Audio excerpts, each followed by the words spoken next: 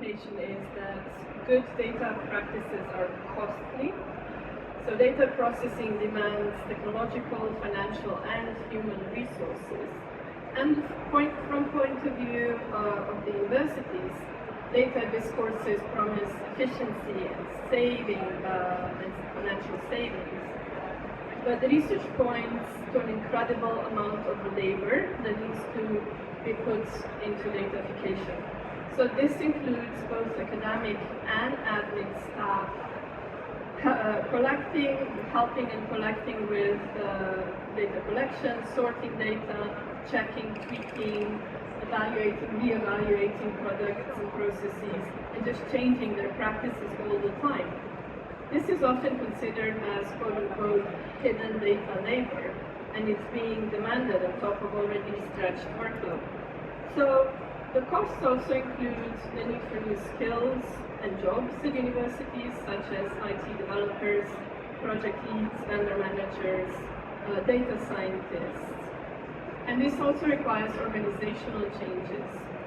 Costs also include digital infrastructures, like moving to the cloud, as well as just increasing amounts of data and media assets as they expand.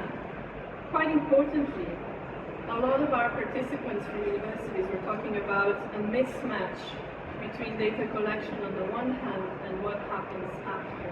So there are two sides to this. First is just that even if data is collected, processed, and communicated well, there is a perception of a lack of skill of interpreting data outputs. So for example, leaders of various committee members dealing with various dashboards and analytics, or teachers and students as end users, understanding the limits of different visualizations. Anybody can read a metric on a dashboard, but knowing what it means, what you can do with it, how to act with it, is a different story.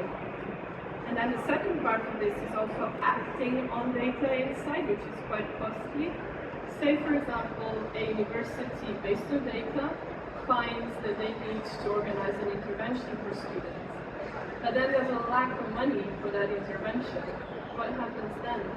And what follows data collection and processing is an important part of datafication as a whole. From the point of view of EdTech startup companies, they too struggle with the cost of data, especially developing more sophisticated data processes beyond simple statistics or simple comparison is really resource heavy. And we were told by many that if they want to move away from providing service for one particular product or university, but develop some sort of cross-sectoral or cross-university insights, which would actually be quite valuable, we were told it takes at least 5 years or more to build sensible databases, and this is in contradiction with the return on investment expectations. And speaking about the return on investment, we were told that the education sector is generally perceived as not bringing enough return for investors in general, so they struggle to attract enough investment anyway. So consequently, many participants in our research report that they think that data outputs in education are far simpler than what imagined or in other sectors, so somehow resulting in less quality products.